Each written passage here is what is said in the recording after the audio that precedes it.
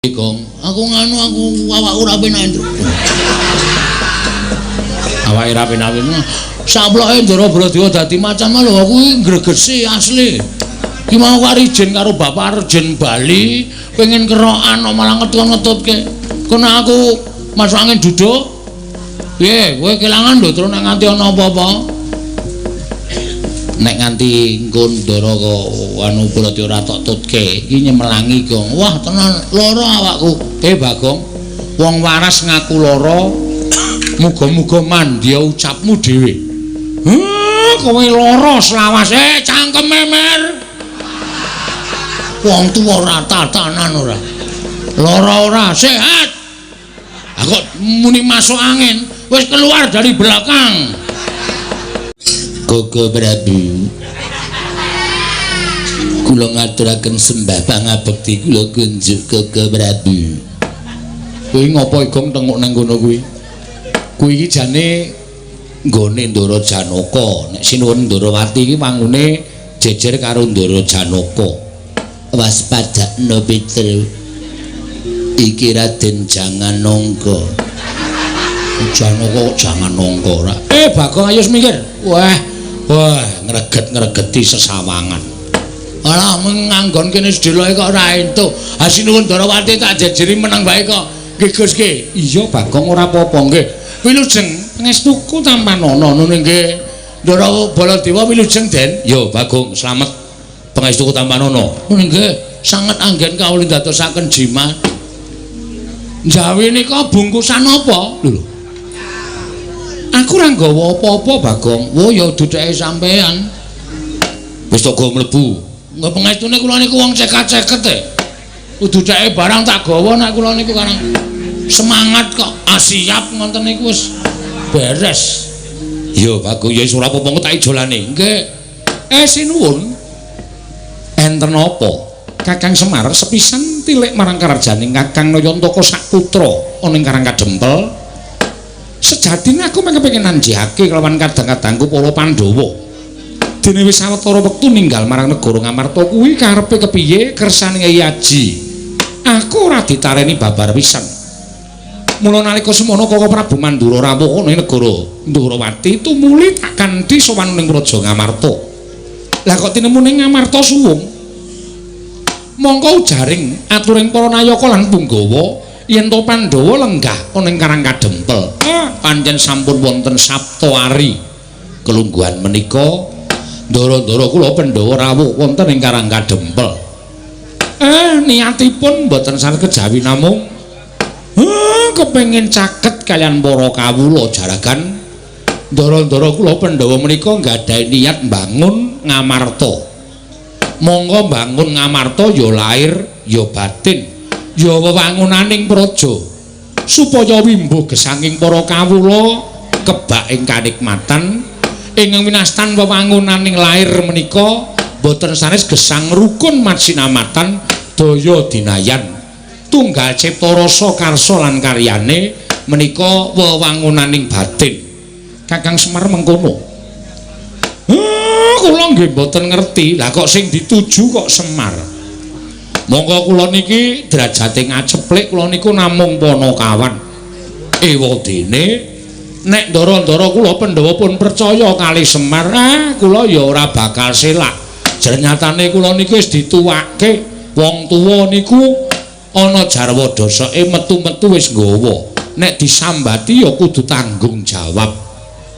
Mula Pandhawa nggene ajeng miwiti ambangun negari Ngamarta menika nuwun sewu lho Den, mboten nami kula nilar dhateng Sinuwun Ndarawati babar pisan mboten. Ning gandeng Semar sing pun dipasrahi nggih. Ajeng kula leksanani supaya napa sing dijangka dening pepunden kula Pandhawa sageta kasembadan niku karep kula. Iya, Kakang Semar. Yen to pancen kaya mengkono, aku ora bakal nedya ngebot-boti kalawan kekarepaning kadang-kadangku para Pandhawa, malah yen perlu Kresna nedya mbebantu marang kadang-kadangku para Pandhawa Kyai Semar. Niku wajib. Merga sampeyan niku suwing para Pandhawa. Sampeyan niku ngibarate kaya dene kusir Pandhawa menika kreta lan jarane. Kreta lan jaran menika isane mlaku ya merga kinusiran dening Nata Ndarawati.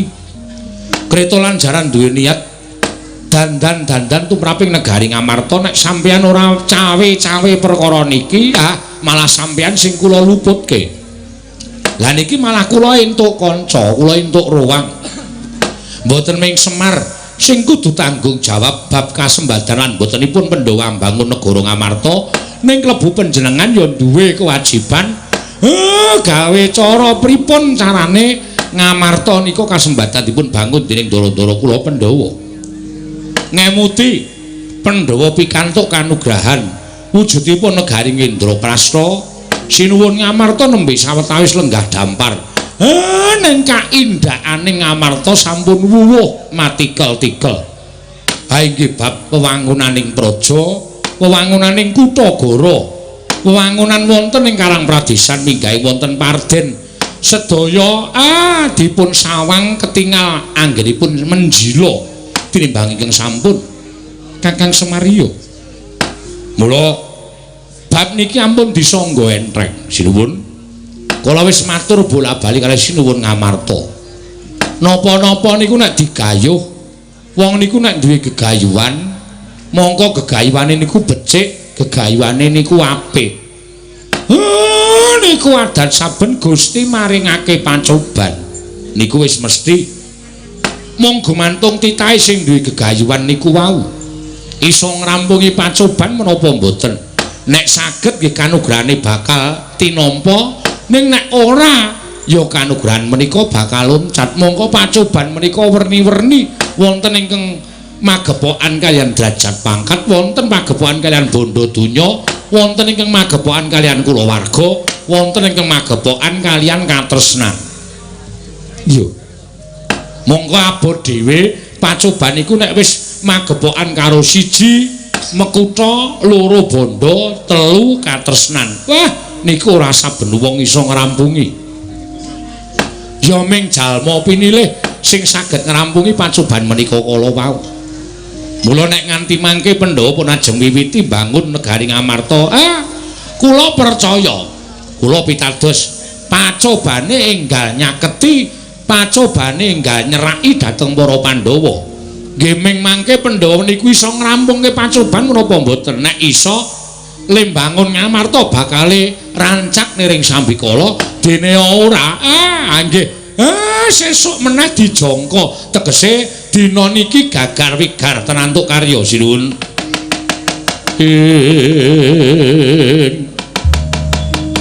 Tresna sinayang manggulung mintonaken dewi kramanira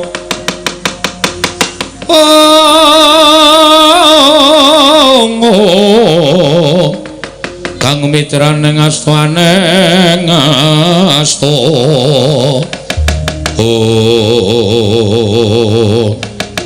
dereng ngantos paripurna Mbawacana kasaru praptaning Nalindra ingkang saking tlatah Sabrang Galya karya cingak kang samya mulat.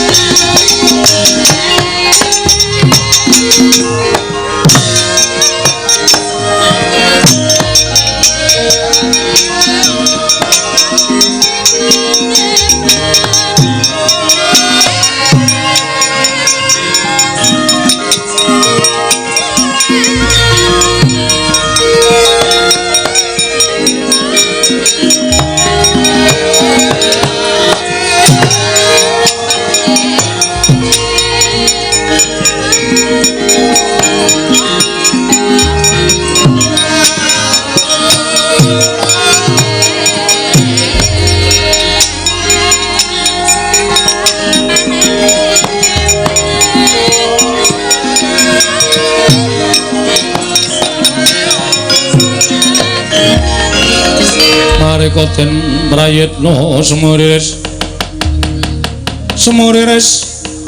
titiyani kandayani trisanya purnama sasi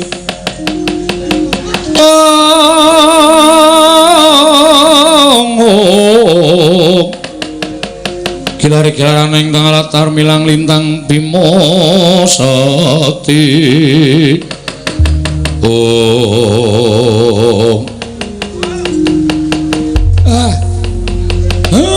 ora pang mareka den prayitna semuriris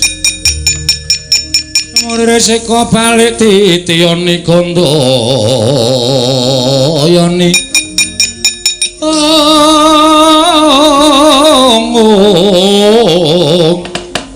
trisanya purnama sasi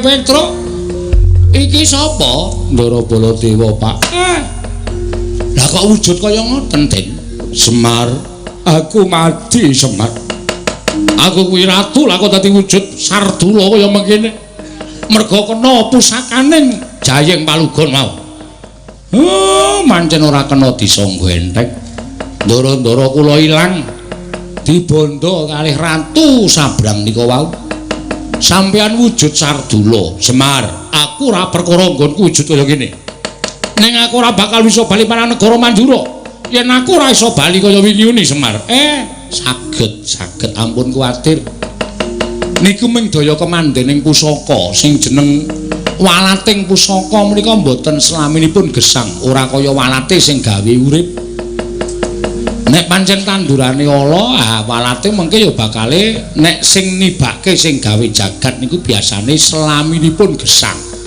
yo ning nek niku mung pusaka sing ampuh ora bakal selawase sampeyan wujud kaya ngono ampun kuwatir enten sranane apa sampeyan manggoleki pakunjaraning Pandhawa teng pundi sinuwun punta Ndara Werkudara Ndara Janaka niku dipikut mungsuh nek sampeyan iso ngluwari kula mestheke sampeyan iso bali kaya wingi wujud nata Mandura apa tenan ngono nggih ning kepiye nggonku bakal goleki Semar yen to aku mlebu Karang Pradesan mesti dioyak-oyak dening kawula Karang Pradesan yen aku mlebu ngalas yen ketemu karo satu gawak liyane mesti aku gelut karo satu kewan liyane mau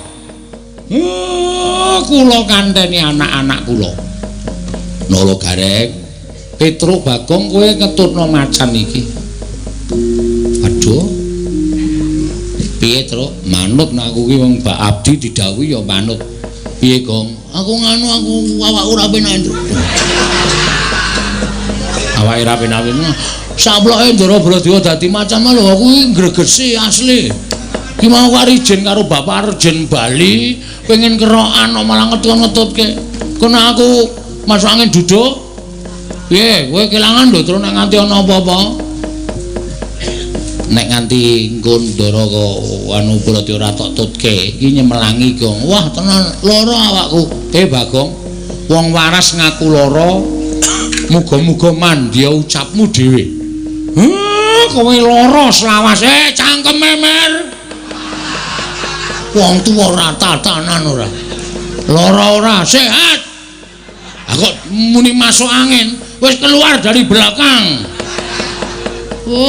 wong tuwa nek nyepatane kene wedi ro Bapak wedi Semar ki dewa nek mandi ucape masuk angin seumur hidup gawe aku jek oke iya wadake sesuk isih petas ning piyungan bareng masuk angin mau Semar ki ngomong cangkem ora dodome ora karo bapak kok nyangkem-nyangkem kuwi ya men dhewe ya tegero anak kok mula aja sok ngaku lara aja sok ngaku masuk angin nek awake waras engko ndak diamini karo wong akeh kowe ngrekoso sehat tak gedhek cengelmu tenan karo bapane yang gedhek cengel ora pun mang diturke anak-anak kula yo Semar anak-anakmu tak gawa nggih pun lah kowe piye pun to kula wis gerang kula wis tuwa kula ngerti srana napa sing kudu kula lakoni yo aku manut karo kowe nggih mang Nala Gareng Petro Bagong macan iki derekno ndaramu Baladewa nggih Pak nggih Pak nggih ngetoke yo nang yo yo Traya yo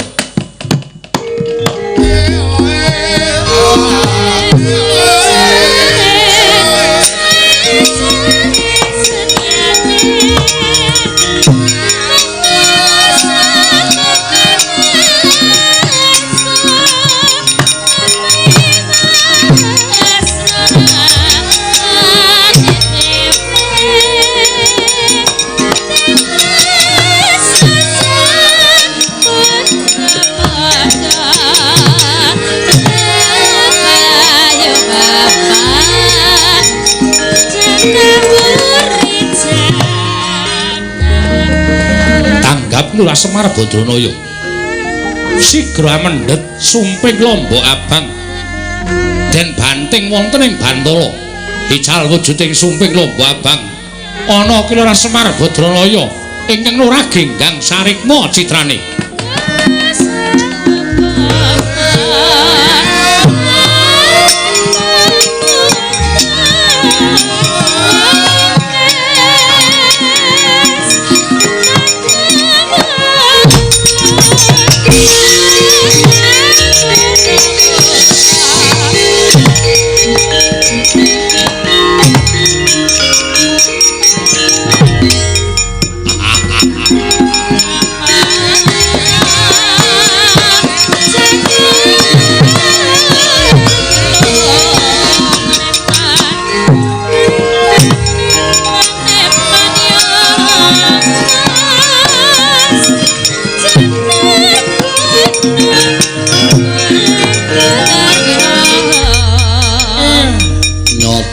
wis dikeparengake dening sing murbing jagat kowe kedadian saka Lombok Abang Semar nek eneng ratu sing tekan kene arep mboyong karo kowe rasa selak kowe rasah kumbi manuta dikapak-kapakke ya manuta mendha ora ngerti nek kowe kedadian saka Lombok Abang Semar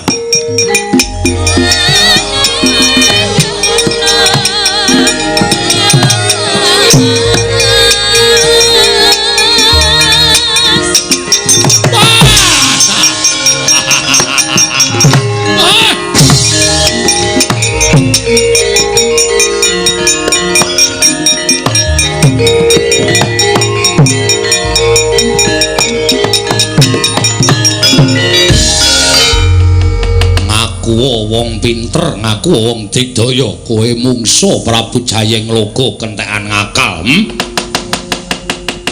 bendara-bendaramu kabeh wis kepikut pancen kuwi ingkang ndak karepake lan dadi niating Prabu Jayeng Palugon kejaba kowe Pandhawa kudu tekaning pati kowe ya kudu mati la boyong marang papan panggon aku dadekke tumbal dina iki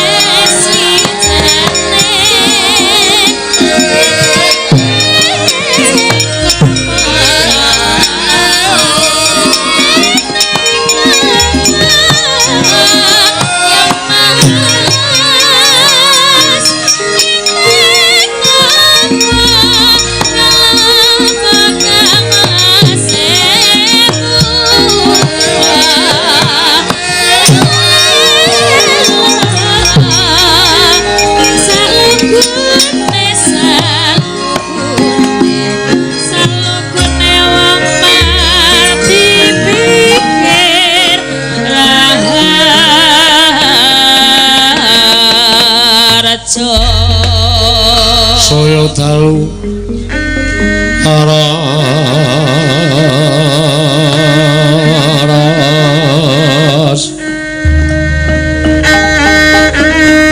apior sorot lintang angku madhap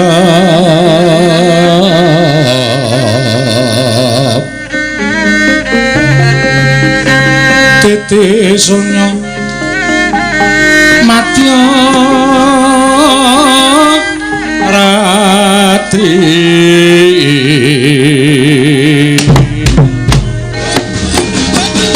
lumrang kandang kita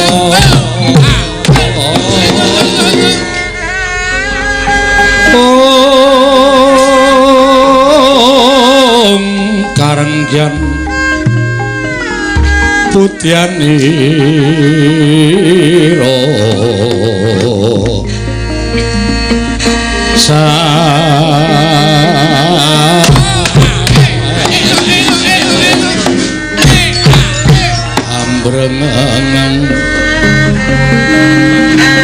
swaraning madu pranta manungsung sarine kembang om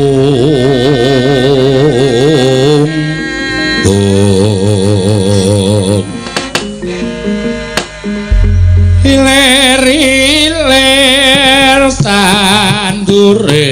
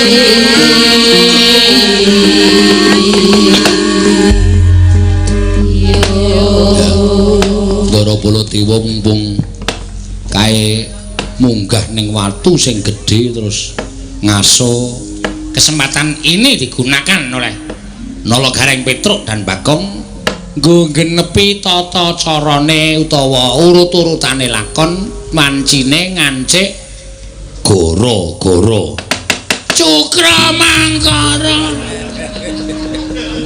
iki wis gara-gara rasa disuliki Sukramangkara dengkulmu mlocot ora wah ya susah ya aku ki meng ben supaya atiku ki seneng biasane ki nderekke Ndara Janaka ayo saurarane ya Ndara Anggawijaya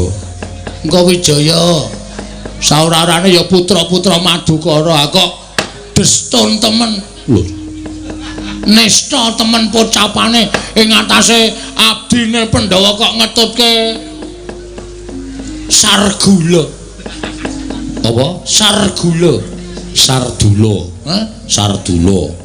Basane Jawa ki Sardula, matengga ya entuk. Weh, nek mentah nggo ya aja dipangan. Matengga ki ya macan. Kiyaine ya macan. Biasane nek sobo ngalas kae to. Ana macan ketok mrene piye biyen meneng wae lho, Cok, ana kiyaine. Ku ya iso kadang-kala sok dianggep macan. Ming biyen lho Gong. Heeh ya saiki wis arang-arang macan ki eneng ya isih ana. Nek gelem munggah gunung macan ki isih ana. Isih ana. Iki kok Ndara Baladewa kok malik macan. Lek ku kuwatir kok nek nganti dicekel anu sapa jenenge iki apa jenenge anggota sirkus. Terus dilebokke nang rombongan sirkus sama Ndara Baladewa iso dolanan bal-balan bareng. Wah ya iki dipedhot sik lakone ya Reng. Iya ning ya engko disambung meneh. Seseneng-seneng suka-suka parisuka. Bengi iki warga Temuwuh iya sing dipandhikani dening penyanyi Bapak Lurah lan kabeh para panitia Rasulan Nadyang Rasulan ki akhir Rasul sesuk isih tanggal 28 Agustus ewadene bengi iki diangkat minangka dadi permulaan Rasulan utawa pembukaan Rasulan. Padha wae pembukaan utawa penutupan ki nek pancen wayang ki pancen kudu ana pancen ya ngono ya Tru heeh ya reng seneng-seneng ku ndak selak wektune bablas lek gara-gara ya wis kesuken wis jam 2 kliwat seprapat Ora apa-apa, sing penting wancine engko lakone kecekel. Ha piye saiki iki sing diutamake sosok kadang-kadang ora goro-gorone ning limbukane. Mergo sing isih sore isih akeh sing padha nonton, ibu-ibu, bapak-bapak, klebu bocah-bocah sekolah ya isih kepareng nonton. Nah yaene iki ya pancen sok diantu-antu, ning ya ling antu-antu ki ya nuwun sewu carane plentrong ki wis biarbet. Nah iya. Kok biarbet ngapa, Tru? Biarbet ki ya melek ya ora, ya melek ya ora. Karena ya wis ngantuk nek yaene iki. Heeh. Ora ngawut gebyau ya. Ha iya. Apik iki mau ya jeneng wulan andung-andung Pak jan. Upama iso nggarap gending Banyuwangi jebul penak tenan gendangane ya. Tong-tong tunang tung dentong tunang tong. Heeh. Kendange ya modele eneng dhewe kok eneng. Eneng dhewe. Kendange ngarep karo mburi iki meh padha. Nek kendang yujo rak take cilik, denge gedhe. Nek kuwi meh padha. Meh padha ya, Tru. Heeh. Ming sing kene kenceng. Nek ngencenge kendang jaip anu apa ndang Banyuwangi ku dudu lemeki nganu reng, kudu lemeki gombal. Lenuthuk ngati-ati ora sembarangan. Telek, Tru. Heeh. Lho, kudune ngono kuwi. Ah iya. Manisa ketong tang tong tang tong tung tang tung nang tung tok dentok tung tong tong mayoke dhuwit. Wis malah werna-werna. Yo, Ndara Baladewa kae ditutke kae. Wis mulai jumeneng kae wis ngono kae. Kae wis arep mlaku meneh kae Tru. Heeh. Engko ndak malah mangani wedhus ngene tanggane. Ya ditutke ya, Tru. Yo. Tur dasare wis jam 3 iki. Ah, engko ndak kentekan wektune, Tru. Ya ditutke rek. Lang-lang dia mangu kong.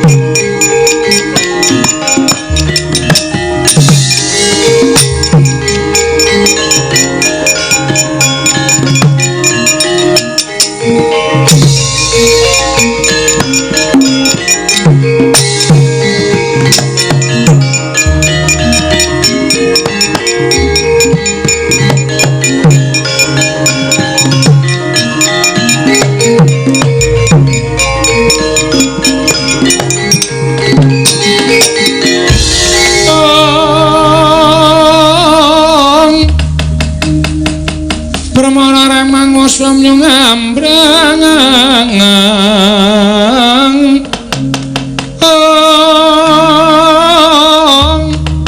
kadi karenaning kaswase yananeng marga malalat tumiring sang kandha wastrat mojo long lalu mangulati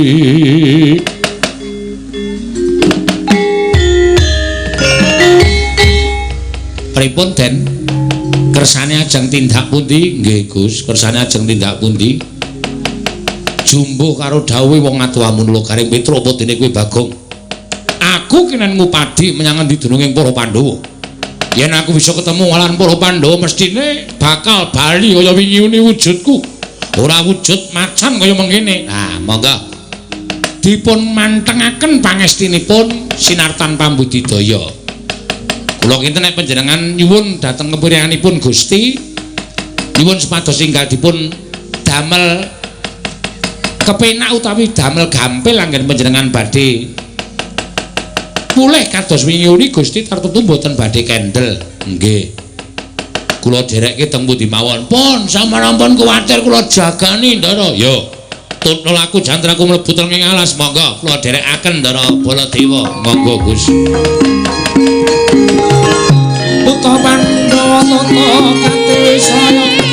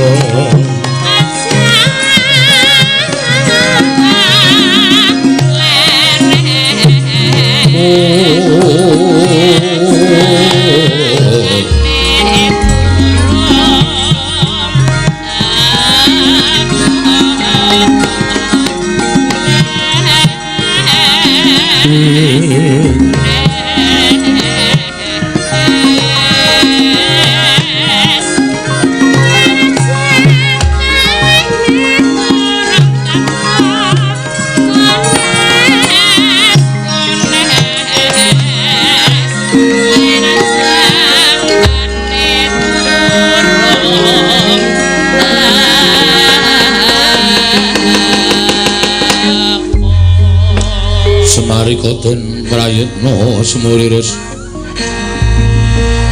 semuriris eko bali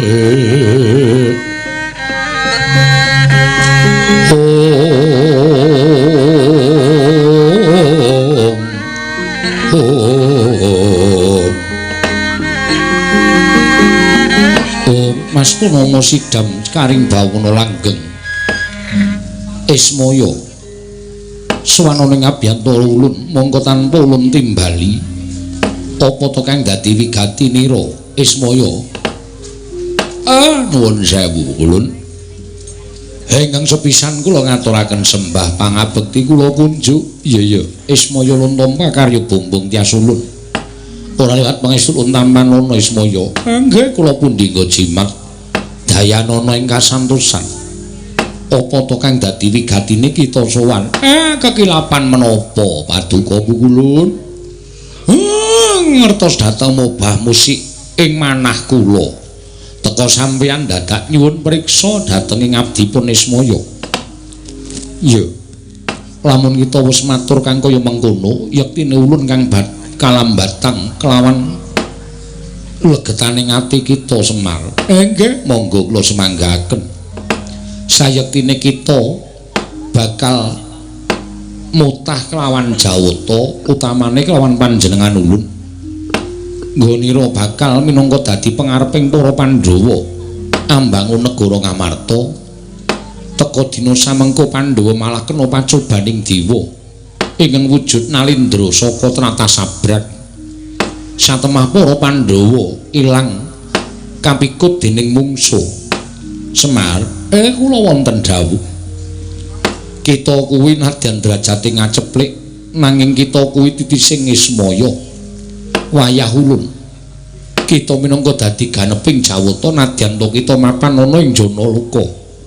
Mula sak cipta kita dadi sak sediane kita bakal ana apa ingkang kita ngendikake sarta kita ucapake sayekti bakal kababar dadi kasunyatan jumbuh kelawan nalika kita sak pejagong kan para Pandhawa nalika padha ngrembug gone bakal mbangun negara Ngamarta kita ngucapake lamun kanugrahan bakal bisa ginayuh yen to Pandhawa bisa ngrampungi pacoban sabab antaraning kanugrahan lan pacoban mono tekane mesti bareng lan ora bakal bisa dipisahake ya mung jalma pinilih ingkang bisa ngrampungi pacoban sayekti bakal nampa kanugrahan kita isih kelingan. Nah nggih kula tasih kemutan bukulun lajeng apa ingkang dadi ucap kita sayekti kababar dadi kasunyatan kanthi kaya mengkono nadyan kita mutah kelawan Jawata. Jawata mboya bisa tumindak apa-apa. Sabab pacoban mau yektine adile mung kudu disandang sarta dirampungi. Mula Semar, aja pisan-pisan katon ringkih kang dadi ati kita. Aja katon banjur sumendhe marang pangawasaning dewa nanging budidaya supaya samengko pacoban iki tumanduk marang para Pandhawa bisa ilang. Ya saka kita dene urane ya kita ingkang kudu tanggung jawab Ismaya. Gunjang ganjing langit kelap-lapaton lir kincang ing risang mawe gandrung nggih kita sagu dipun selak ana tanpa guna pancen iki dadi kewajiban kula kudu kula ingkang ngrampungi. Lamun kita sago ngrampungi pacobaning para Pandhawa sayekti kita bakal dadi pamomong sejati Semar Tampanana wahyu pamomong ingkang bakal ulun paringake kelawan jeneng kita Ismaya bisa momong sangya para Pandhawa lan momong kawula Ngamarta lan momong kawula Karang Kadempel. Matur sembah nuwun tanpa pepindhan. Sasampunipun nampi kepareng kula nyuwun pamit mandhap wonten ing Janaloka surti ting ati-ati duga-duga digawa Ismaya.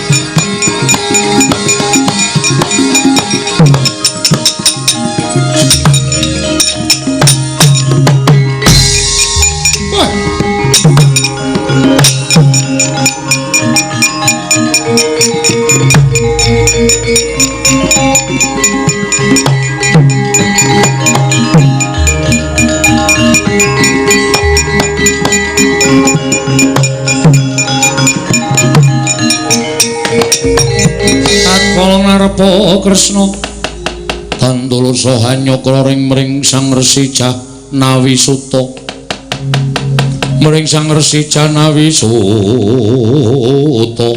lah sinuwun Ndarawati iya Kakang Semar aku ingin tansah ngulatake marang Kakang Nayantaka geger karang kadempel bareng ndak sawang Nalindra ingkang ngamuk mau ora sakbaining Nalindra kula banjur aku ngoncati karang kadempel aja nganti kepirangan nata Ndarawati lah kok jebul Kakang Semar goncat saka karang kadempel sajake sowan Sang Asih Prana sinuwun pancen ngendikaning Sang Hyang Padawenang paring dawuh dhateng kula kedah mekaten lampanipun para Pandhawa anggenipun kepingin kasembadan lan rancak anggenipun bangun ngamarta kedah saged ngrampungi pacoban ingkang dumadi wonten Karang Kadempel.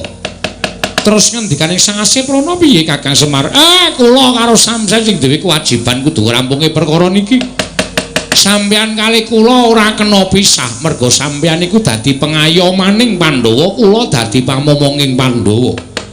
Awi tetunggalan manunggal ngrampungi perkawis menika. Ayo Kakang Semar tak derekake.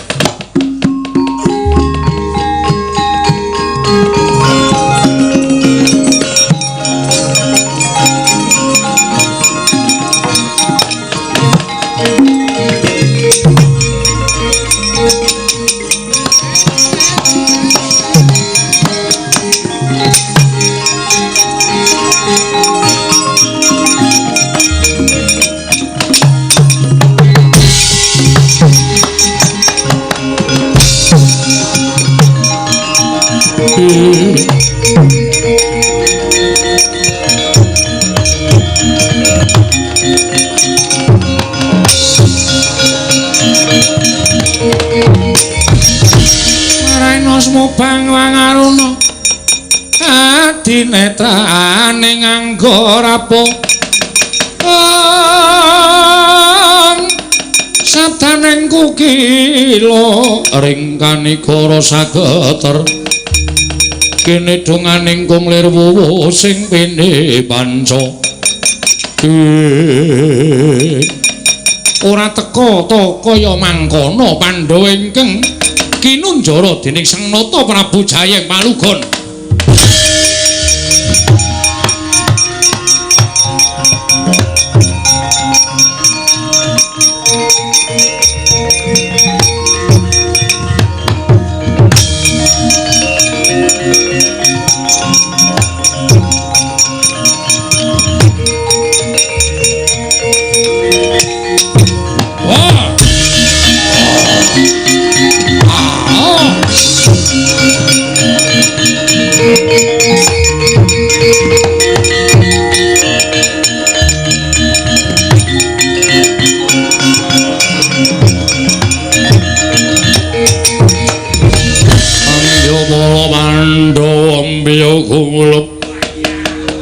Mangung sireng soto kula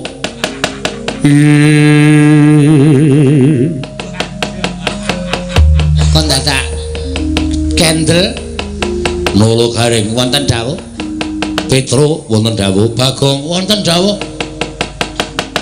wah jebul isih kinayoman marang panguwasaning para dewa ketitik ora kendhat nggon nyuwun marang panguwasaning dewa dewa paring pituduh iki jroning alas ndak sawang pancen katon kaya ora wujudan apa-apa nanging iki pakunjaraning para Pandhawa nala gareng napa nggih Petro iki kunjaraning Ndara Pandhawa apa nggih Gong apa nggih urung iki pakunjaraning para Pandhawa lah apa iya heeh pon macan niku gak dipripun carane supaya iso ngluwari Pandhawa sampean supaya iso bali kaya wingi uni Ndara Yata laruta saking godha sang kuru-kula yen namutusa Sang Sri Cancut Taliwanda Sardula kedadosan Sang Nata Mandura sigra anebak wujuding lawanging pakunjaran ingkang datan kasat netra satemah jebul wujuding pakunjaran katon ngalela sangya para Pandhawa nadyan Sardula wenteh bali kaya wingi uni Nata Mandura Prabu Baladewa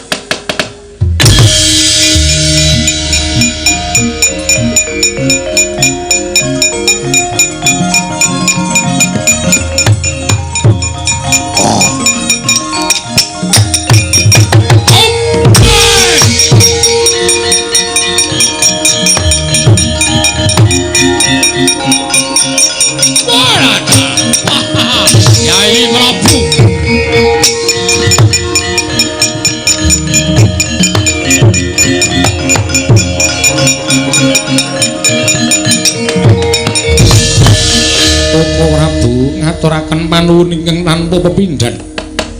Baladewa kanggo aku ngaturke panuwun. Koko Prabu kula ngaturaken panuwun Koko Prabu nggih dawuh sami-sami Yayi Haji. Nyatanipun pancen kula ingkang dipun pasrahi kewajiban dening Kyai Nayantaka supados angulari wonten pundi denengipun kadang-kadang kula para Pandhawa. Syukur mangayu bagya sekti jumuruk. Dene samangke sampun pinang ya lan kadang-kadang kula para Pandhawa Yayi Haji Werkudara Janaka tasih kepareng sugeng apalipurna Yayi.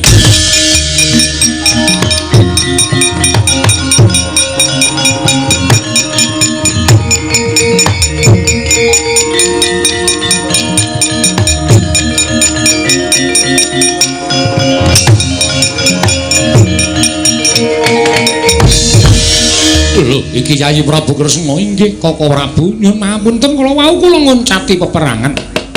Krana kula sampun mangertos bilih kekiyatanipun Nalendra Sabrang menika kula wau mboten saged dipun sangga enteng. Yo, ngantipun Kakang Salin wujud dados dadi wujuding macan nganti iki bisa ngluwari para Pandhawa. Syukur-syukur. Sakniki pripun sinuwun? Kakang Semar Jumbo kan ngendikaning Sang Hyang Padawenang. Ya mung Kakang karo aku ingkang kudu ngrampungi perkara iki. Werkudara. Nggih. Mbarep utawa Yayi Haji kadangmu sepuh iki gendongen kondur nyangkarang kadempel. Yo. Kula Koko Prabu Janaka rasa melu-melu iki dadi kewajibaning pun Kakang ngestaken dawuh. Koko Prabu Mandura. Nggih. Nderekaken Yayi Haji kondur dhateng karang kadempel. Lah ratu mau piye? Kula ingkang saged tanggal jawab Koko Prabu.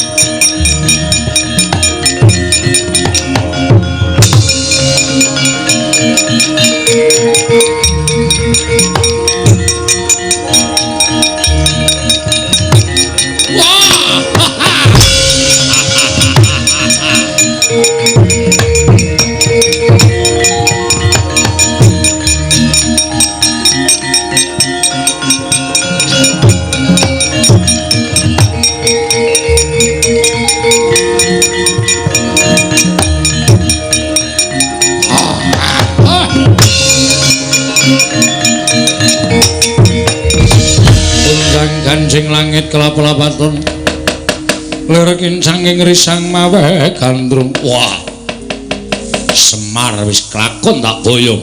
Waduh, nderek mangayu bagya seketi jumurung. Wadya bola bekas anjim setan ing mapan ning dandang mangure dina samuka bakal mangan daginge Semar. Iya, lajeng kepareng paduka ora bakal gawe macak cokote jangkane Semar renggan tekaning pati. Ih kowe. Napa iki, Gong? Aku bengok iki nuntun pun tak iki kaget. Kowe digapake kowe digajul cangkemku ning lirih. Ih kowe ngono mi. Aja ganggu kowe senengane ganggu kok ora. Yen mancen kaya mengkono sinuwun malah aku pasang yogya katuju ing ngene ngaturake panuwun ingkang tanpa pepindhan dene sampeyan ingkang bisa narebuka kasuwarganing adiku sakloron. Yen perlu aja ming adiku sakloron ingkang mbok suwargake Punta Dewa golekno dalan kasuwargan kelakon pencangkamu parat kowe.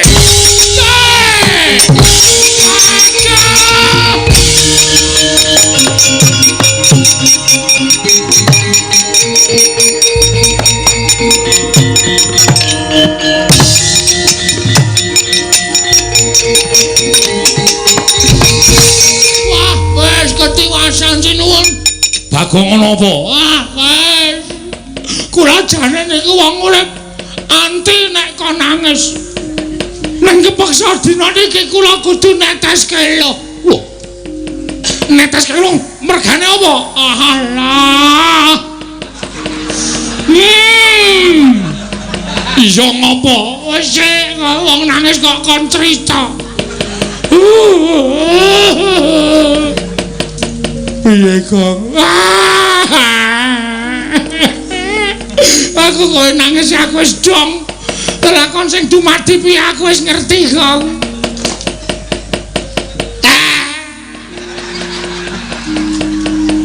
Nyangkeme gareng kok kenal pot. Nalpon dasmu ya. Bagong ngene ngopo? Ndara warku dara kepikut ing mungsuh. Lho. Warku dara kepikut mungsuh. Heeh. Lek omong ampun cepet-cepet kula malah bingung. Terus Ndara Janaka ya kepikut mungsuh. Lho, Janaka ya kepikut mungsuh. Sinuwun Dharma Kusuma, sinuwun. Lho. Yai Prabu Dharma Kusuma piye? Ketemu kalih Jayeng Laga. Yo, terus Jayeng Laga sumbar. Ayo, adimu loro wis tekaning pati. Kowe arep ngopo kowe Puntadewa? Aduh. Sinuwun. Kula ngaturaken panuwun ingkang tanpa pepindhan. Sebab apa? Jalaran panjenengan sampun kepareng narbuka kasuwargan kagem adi kula kekalih. Adimu wis tak pikut. Menawi mekaten kula ugi dipun padosaken margining kasuwargan. Kakon penyawut nundanta. Jolali. Sing jolali apane? Petro, nun. Piye ceritane? Mboten ngerti wong sing ngerti kok kaya le. Heeh. Sampeyan percaya kali kula? Ndara Puntadewa ya kepikut dening Prabu Jayeng Laga. Wah, keparat-parane cacat rene. Kon piye kaya ngopo ratune tendengane legane.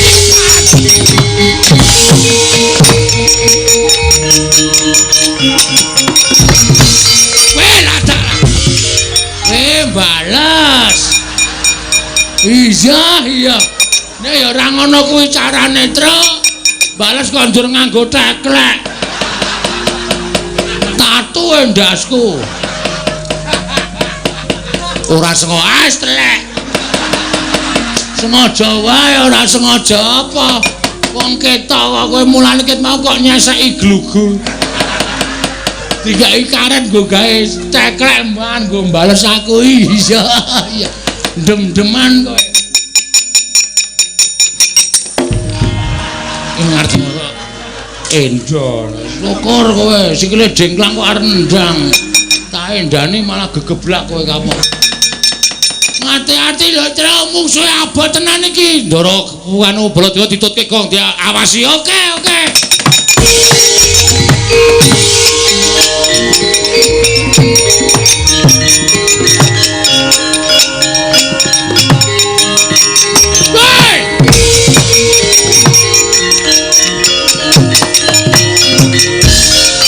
Maning jajaran sekurtaning bawur iblis lanat. Wah, ngewae-wae tandangmu. Wah, kaya iso wani ndirat mesti abang mecawi klingen. Kowe mikut para Pandhawa kake. Baladewa bandanan. Wah, klinge panjang kampung kelakon mati dening piye? Kelakon mati dening aku. Kuwi mateni Baladewa. Kowe ngerti ora? Iki ratu ingkang ora tau nante mambu penantang. Kowe nantang Baladewa sasat, kowe nantang Sang Hyang Yoga Dipati dewaning pemati. Pengen mruput modar tinjung akhirat nyawamu kowe.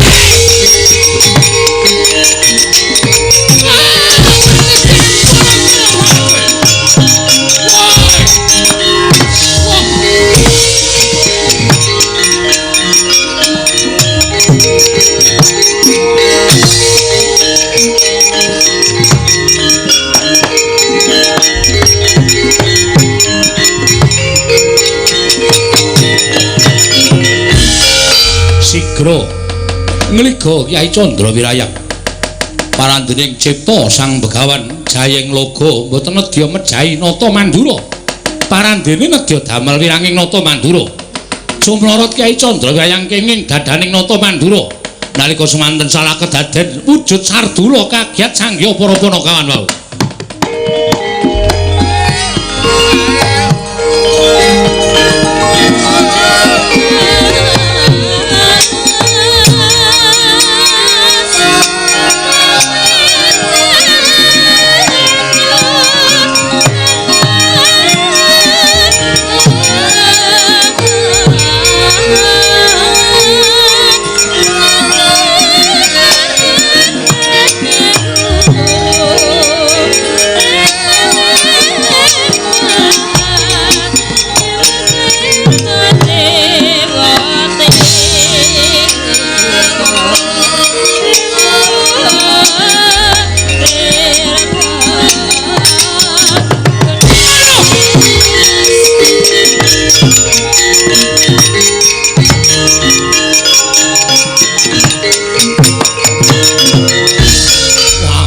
sukirtaning jajalanat sukirtaning bawana iblis lanat wah nibake panah tanpa taliwara kowe jiring getih wedi mati Petro aja parangi ngarepanku mikira patrajange ratu kae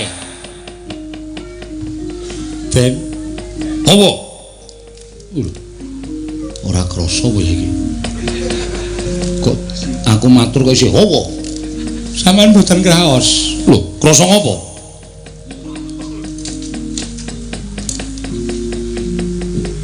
lentuk nanti ya terus lentuk nanti jemputmu iki ku nek ora ngerti masalahnya takon sik to gong ora sentuk nanti sapa ya kowe tak omongi mesti kaget le iki kok lelakone kok matumpo-tumpo kaya ngene ngapa ya aja nangis sike ya nek sedulur nek udu tak omongi iki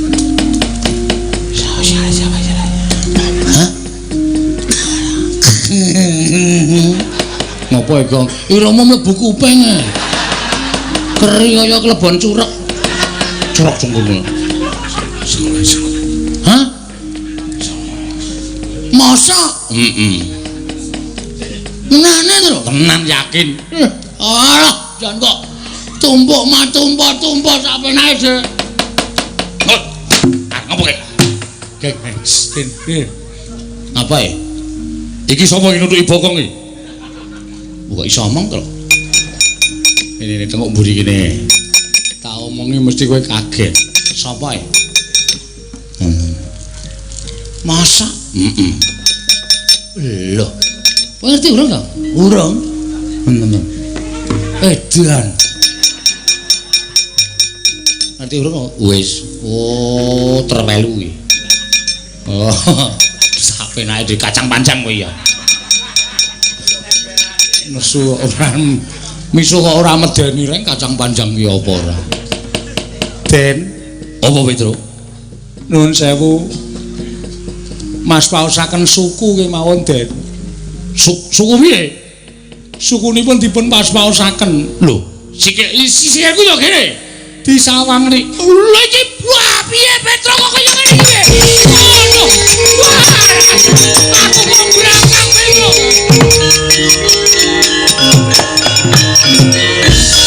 wah ciloko Petro aku kok berangkang iki piye sampean mboten wujud sinuwun Mandura iki piye aku kok nganggo jaket loreng niki mboten jaket ning sampean salin wujud dadi macan lho nggih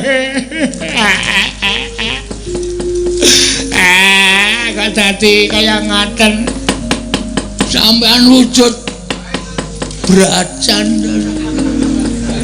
karo macan beda mung beda ketiru cilik nasine padha waduh mati aku wis pripun kanane kaya ngenten iki mbok ora sek-sekan to sek-sekan iki kowe kok mundur ya mundur bareng aja mundur rada jembar kok usyuk-usyukan wong kelire jembare Raja Mak kok uyuk-uyukan pripun to waduh mati aku Petro aku tak wadul bapakmu wae Petro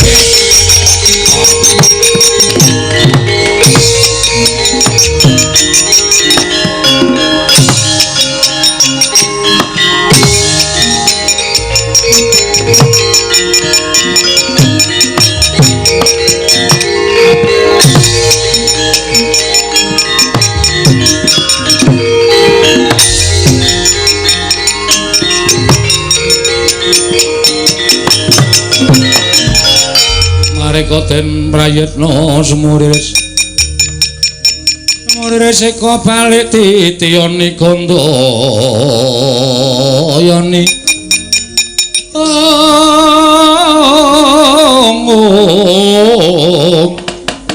Trisanya Purnama sasi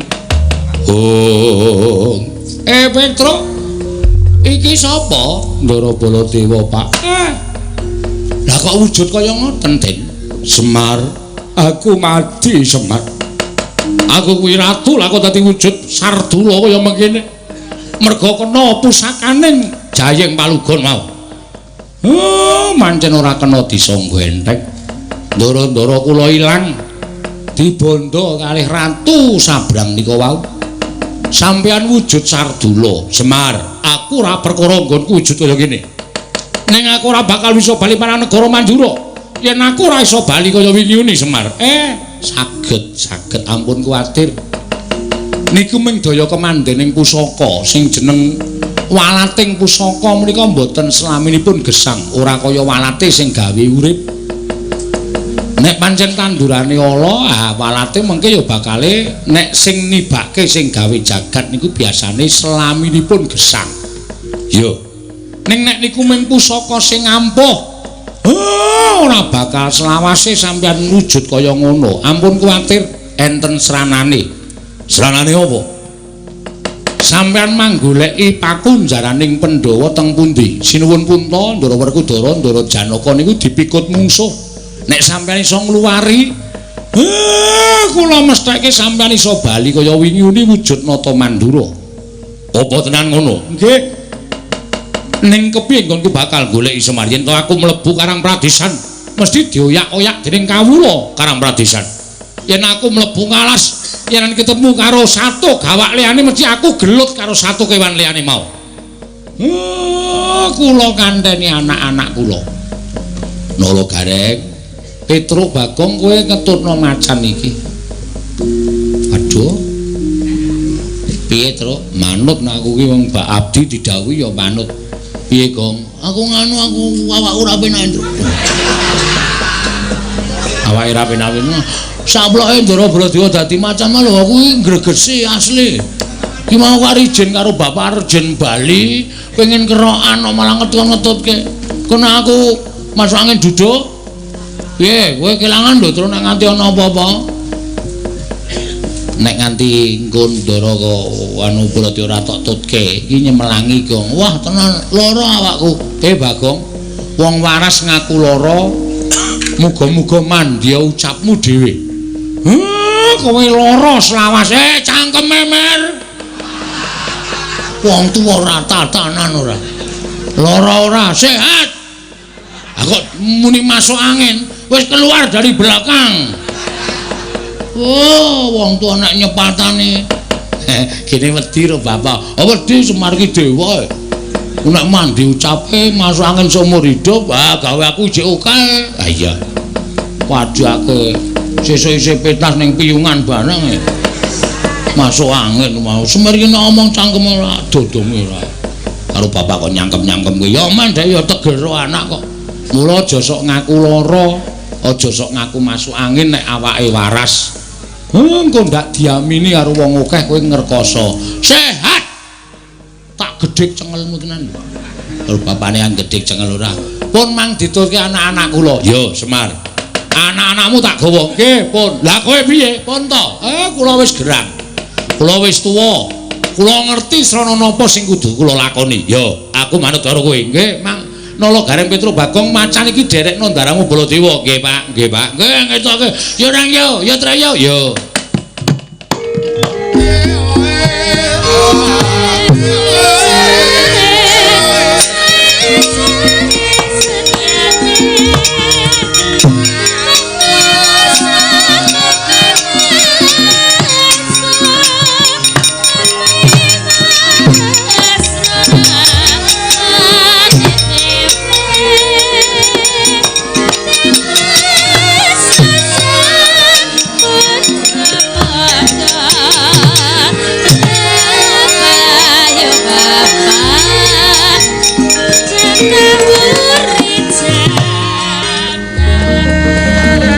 Lurah Semar Badranaya sigra mendhet sumping Lombok Abang den banting wonten ing Bantala ical wujuding sumping Lombok Abang ana Lurah Semar Badranaya ingkang Lurah Genggang Sarikma citrane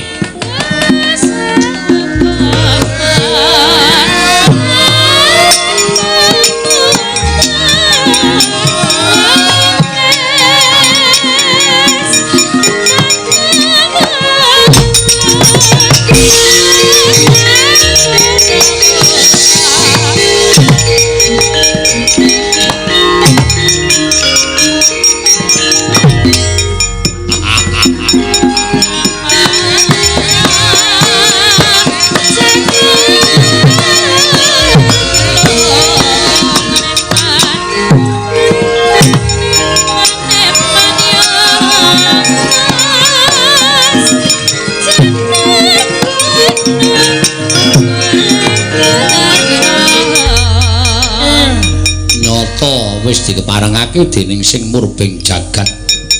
Kowe kedadian saka Lombok Abang. Semar. Nek eneng ratu sing tekan kene arep mboyong karo kowe rasah selak, kowe rasah kumbi. Manuta. Dikapak-kapakke ya manuta, mendho ora ngerti nek kowe kedadian saka Lombok Abang Semar.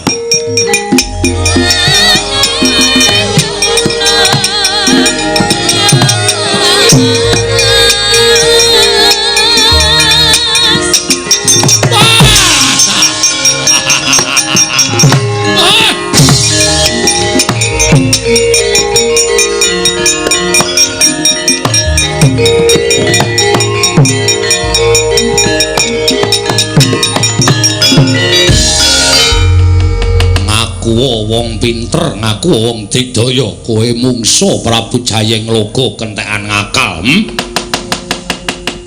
Bendara-bendaramu kabeh wis kepikut pancen kuwi ingkang ndak karepake lan dadi niating Prabu Jayeng Palugun. Kejaba kowe Pandhawa kudu tekaning pati, kowe ya kudu mati.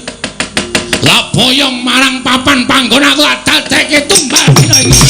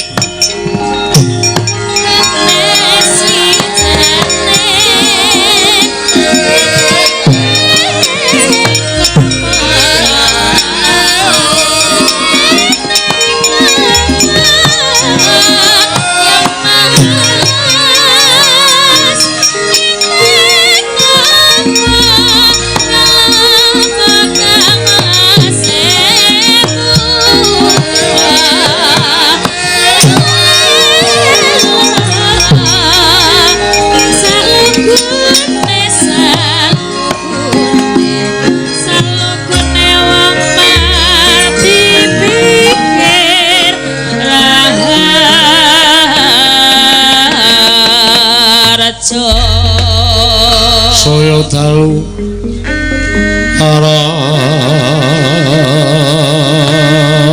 aras apior sorot lintang angku madhap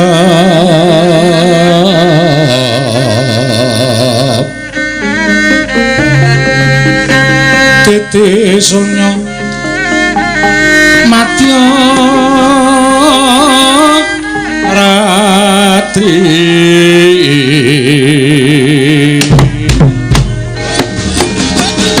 lumrang kandang kita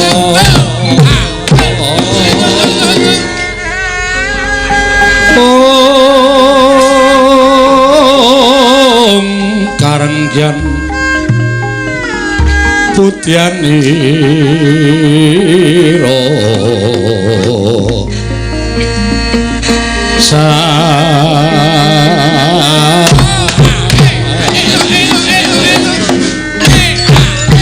ambrengangan lir swaraning matu pronto manungsung sarine kembang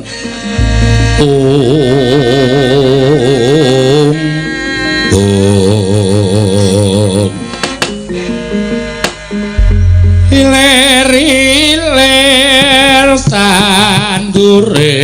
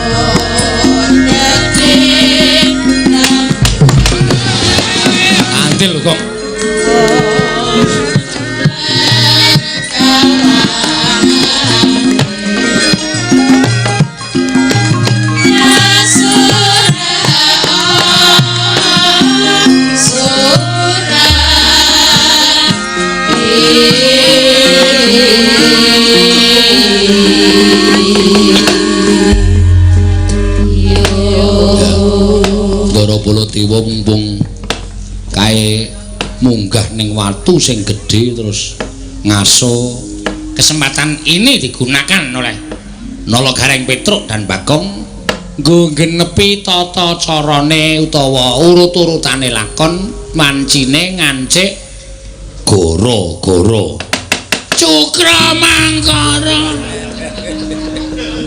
iki wis gara-gara rasa disuliki Cukra Mangkara dengkulmu mlocot ora wah ya susah ya aku ki meng ben supaya atiku ki seneng biasane ki nderekke Ndara Janaka ayo saurarane ya Ndara Angga Wijaya saurarane ya putra-putra Madukara kok destun temen lho nista temen pocapane ing atase abdine Pandhawa kok ngetutke sargula apa Sardula Sardula basane Jawa ki Sardula matengga ya entuk weh nek mentah nggo ya aja dipangan matengga ki ya macan kiyaine ya macan biasane nek sobo ngalas kae ana macan ketok mrene piye biyen meneng wae lho Cok ana kiyaine kuwi ya kadang-kala sok dianggep macan ning biyen lho Gong heeh ya saiki wis arang-arang macan ki eneng ya isih ana nek gelem munggah gunung macan ki isih ana isih ana iki kok Ndara Baladewa kok malik macan lek ku kuwatir kok nek nganti dicekel anu sapa jenenge anggota sirkus terus dilebokke nang rombongan sirkus malah Ndara Baladewa iso dolanan bal-balan bareng wah ya iki dipedhot sik lakone ya Reng aya ning ya engko disambung meneh seseneng-seneng suka-suka parisuka mengiki warga Temuwuh iya sing dipandhikani penyanyi Bapak Lurah lan kabeh para panitia rasulan nadyan le rasulan ki akhir rasul sesuk isih tanggal 28 Agustus ewadene mengiki diangkat minangka dadi permulaan rasulan utawa pembukaan rasulan padha wae pembukaan utawa penutupan ki nek pancen wayang ki pancen kudu ana pancen ya ngono ya Tru heeh ya reng seneng-seneng ku ndak selak wektune bablas lek mau gara-gara ya wis kesuken wis jam 2 kliwat seprapat ora apa-apa sing penting wancine engko lakone kecekel ha piye saiki ki sing diutamake sosok kadang-kadang ora gara-garane ning limbukane mergo sing isih sore isih akeh sing padha nonton ibu-ibu bapak-bapak klebu bocah-bocah sekolah ya isih kepareng nonton nah yaene iki ya pancen sok diantu-antu ning ya ling antu-antu ki ya nuwun sewu carane plentrong ki wis biarbet ha iya kok biarbet ngapa Tru biarbet ki ya melek ya ora ya melek ya ora karena ya wis ngantuk nah yaene ki heeh ora ngawut gebyah ya iya apik iki mau ya jeneng bulan andung-andung wah jan upama iso nggarap gending Banyuwangi jebul penak-penak kendangane ya tong-tong tunang tong heeh kendange ya modele eneng dhewe kok eneng dhewe kendange ngarep karo mburi iki meh padha nek kendang yujo rak take cilik denge gedhe nek kuwi meh padha ya Tru heeh ming sing kene kenceng nek ngeceke kendang jaip anu apa ndang Banyuwangi ku dudu lemeki nganu Reng kudu lemeki gombal le nuthuk ngati-ati ora sembarangan telek Tru heeh lho mudune ngono kuwi ah iya manis ketong tang tong tang tong tang tung nang tung tung tong tung tang tong mayoke dhuwit wis malah werna-werna yo Ndara Baladewa kae ditutke kae wis mulai jumeneng kae wis aong kae wis arep mlaku meneh kae Tru heeh engko ndak malah mangani wedhus ngene tanggane ya ditutke ya Tru yo tur dasare wis jam 3 iki engko ndak kentekan wektune Tru yo ditutke rek nang dia mangu kong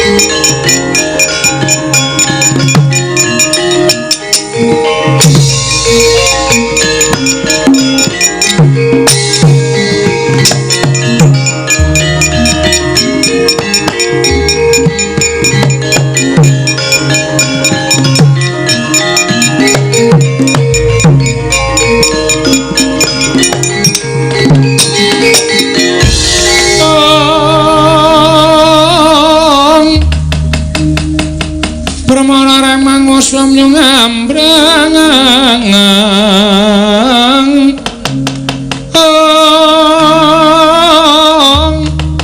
kadi karenaning kasose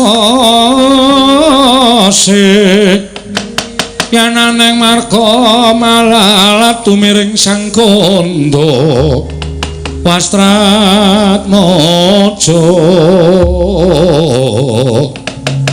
long lalu mangulati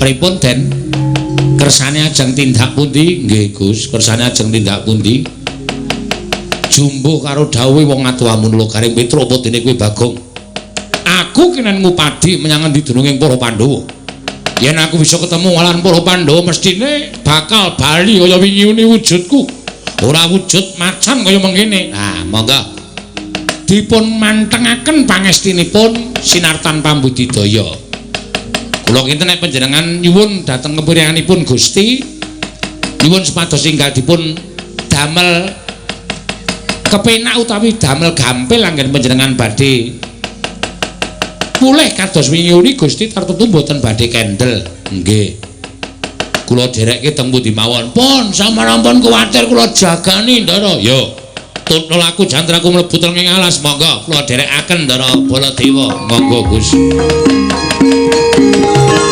Putra Pandhawa tata kanthi wisaya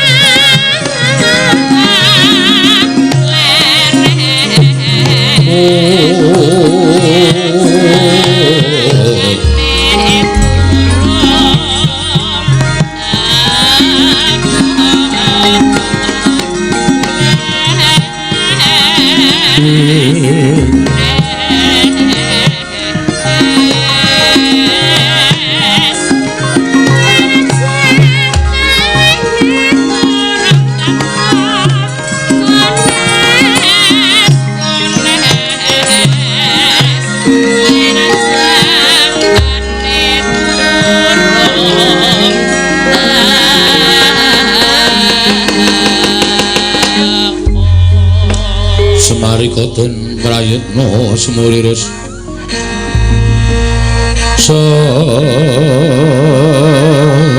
Semuriris iko balik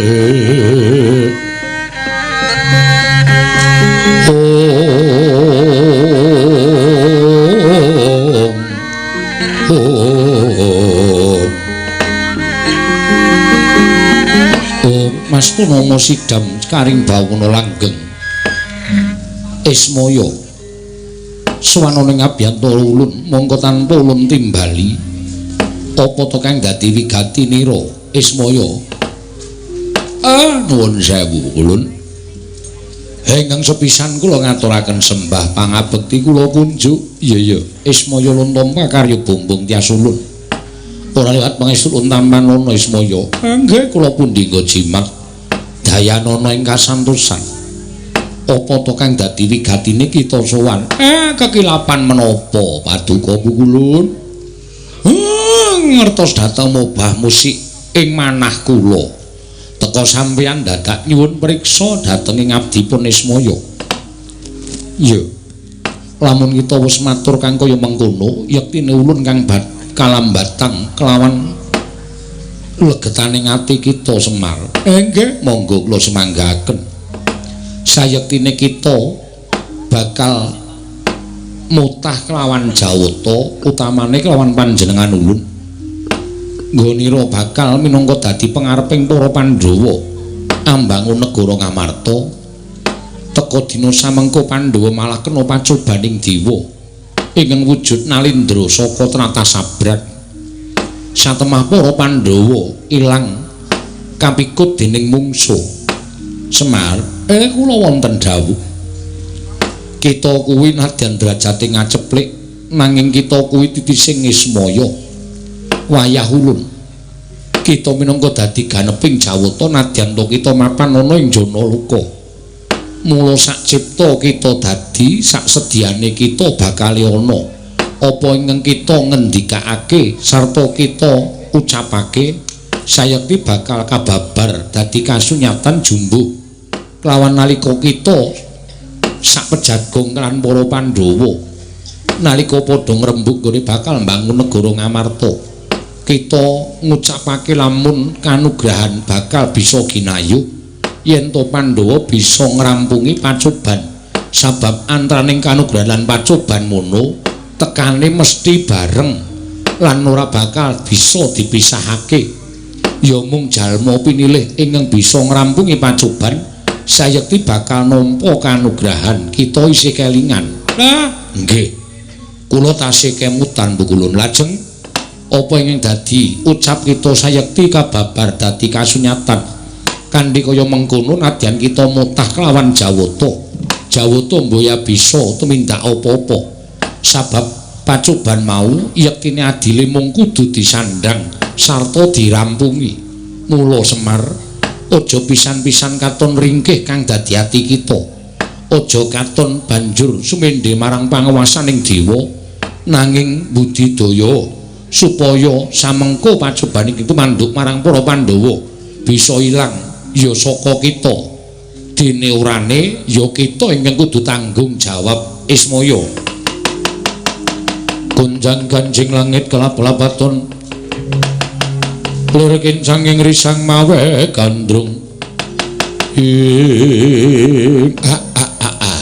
nggih kita sagu dipun selak ana tanpa guna pancen iki dadi kewajiban kula kudu kula ingkang ngrampungi lamun kita sagu ngrampungi pacobaning para Pandhawa sayekti kita bakal dadi pamomong sejati Semar tampanana wahyu pamomong ingkang bakal ulun paringake kelawan jeneng kita Ismaya bisa momong sangya para Pandhawa lan momong kawula Ngamarta lan momong kawula Karang Kadempel matur sembah nuwun tanpa pepindhan sasampunipun nampi kepareng kula nyuwun pamit mandhap wonten ing Janaloka surti ting ati-ati duga-duga digawa Ismaya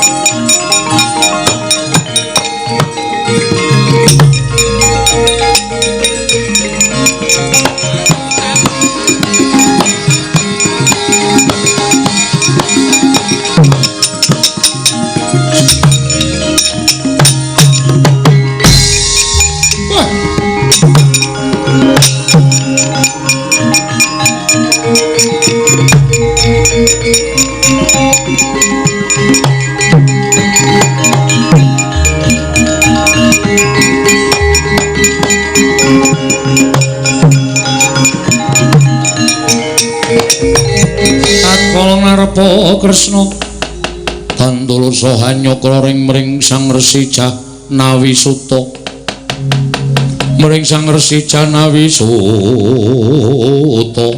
lah sinuwun Ndarawati iya Kakang Semar aku ingin tansah ngulatake marang Kakang Nayantaka geger karang kadempel bareng ndak sawang Nalindra ingkang ngamuk mau ora sakbaining Nalindra kula banjur aku ngoncati karang kadempel aja nganti kepirangan nata Ndarawati lah kok jebul Kakang Semar uga oncat saka karang kadempel sajake sowan Sang Asih Prana sinuwun pancen ngendikaning Sang Hyang Padawenang paring dawuh dhateng kula kedah mekaten lampanipun para Pandhawa anggenipun kepingin kasembadan lan rancak anggenipun bangun ngamarta kedah saged ngrampungi pacoban ingkang dumadi wonten karang kadempel terus ngendikaning Sang Asih Prana piye Kakang Semar kula karo sampeyan sing duwe kewajiban kudu ngrampungi perkara niki sampeyan kali kula ora kena pisah merga sampeyan iku dadi pengayomaning Pandhawa kula dadi pamomonging Pandhawa awi tetunggalan manunggal ngrampungi perkawis menika ayo Kakang Semar dak derekake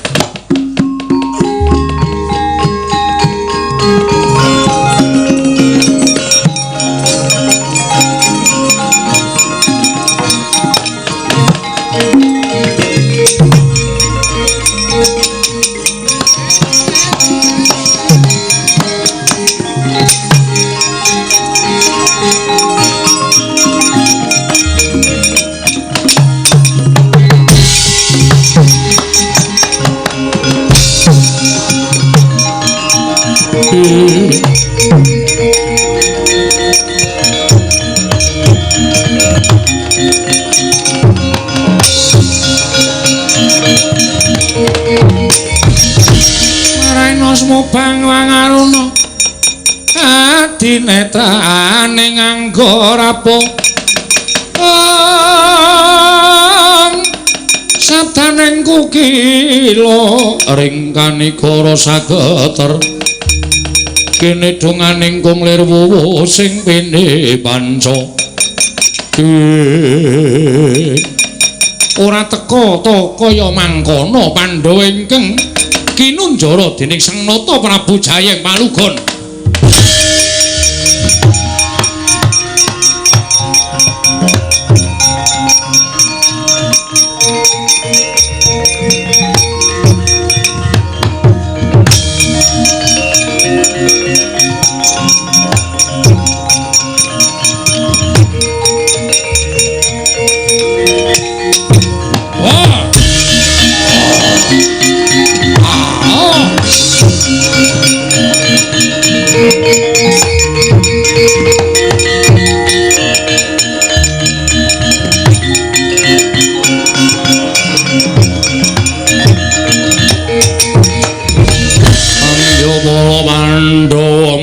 Kulup mangung sireng soto kula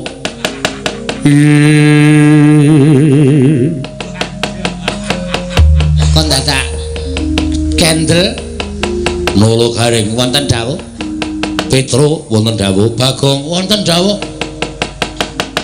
wah jebul isih kinayoman marang panguwasaning para dewa ketitik ora kendhat nggonku nyuwun marang panguwasaning dewa dewa paring pituduh iki jroning alas ndak sawang pancen katon kaya ora wujudan apa-apa nanging iki pakunjaraning para Pandhawa nala gareng napa nggih Petro iki kunjaraning Ndara Pandhawa apa nggih Gong apa nggih urung iki pakunjaraning para Pandhawa lah apa iya heeh pon macan niku gak dipripun carane supaya iso ngluwari Pandhawa sampeyan supaya iso bali kaya wingi uni Ndara. Ya ta laruta saking godha sang kula. Yen namutusa Sang Sri Cancut Taliwanda. Sardula kedadosan Sang Nata Mandura. Sigra nebak wujuding lawanging pakunjaran ingkang datan kasat netra. Satemah jebol wujuding pakunjaran. Katon ngalela sanggya para Pandhawa nadyan Sardula wenteh bali kaya wingi uni Nata Mandura Prabu Baladewa.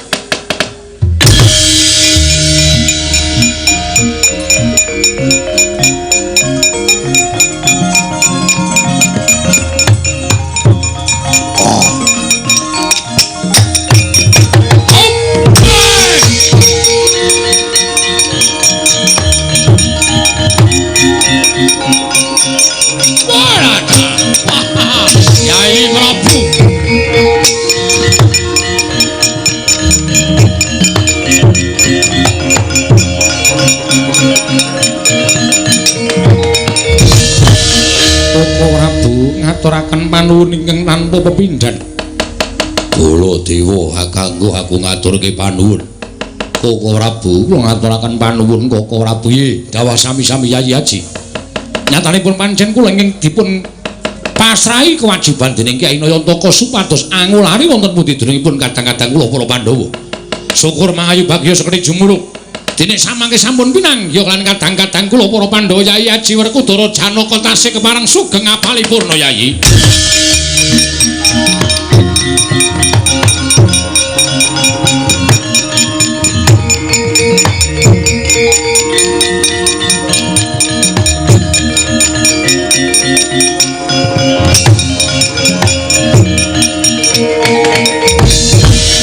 Lho, iki Yayi Prabu Kresna inggih Koko Prabu nyuwun pangapunten kula wau kula ngoncati peperangan. Karana kula sampun mangertos bilih kekiyatanipun Nalendra Sabrang menika kala wau mboten saged dipun sangga enteng. Ya, ngantipun Kakang Salin wujud dados dadi wujuding macan nganti iki bisa ngluwari para Pandhawa. Syukur-syukur. Sakniki pripun sinuwun? Kakang Semar Jumbo kan ngendikaning Sang Hyang Padawenang. Ya mung Kakang karo aku ingkang kudu ngrampungi perkara iki. Werkudara. Nggih. Mbarep utawa Yayi Haji kadangmu sepuh iki gendongen kondur nyangkarang kadempel. Yo. Kula Koko Prabu Janaka ora sami melu iki dadi kewajibaning pun Kakang ngestakaken dawuh. Koko Prabu Mandura. Nggih.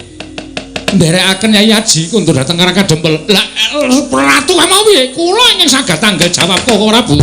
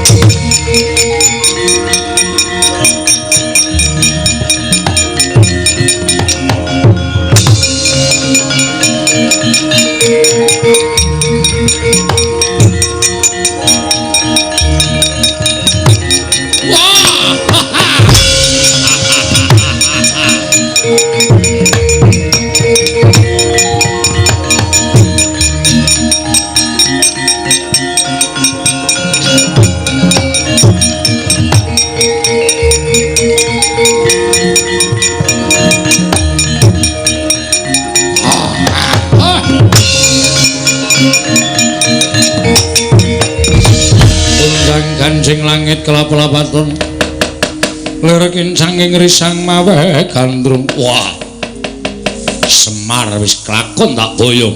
Waduh, nderek mangayu bagya seketi jumurung.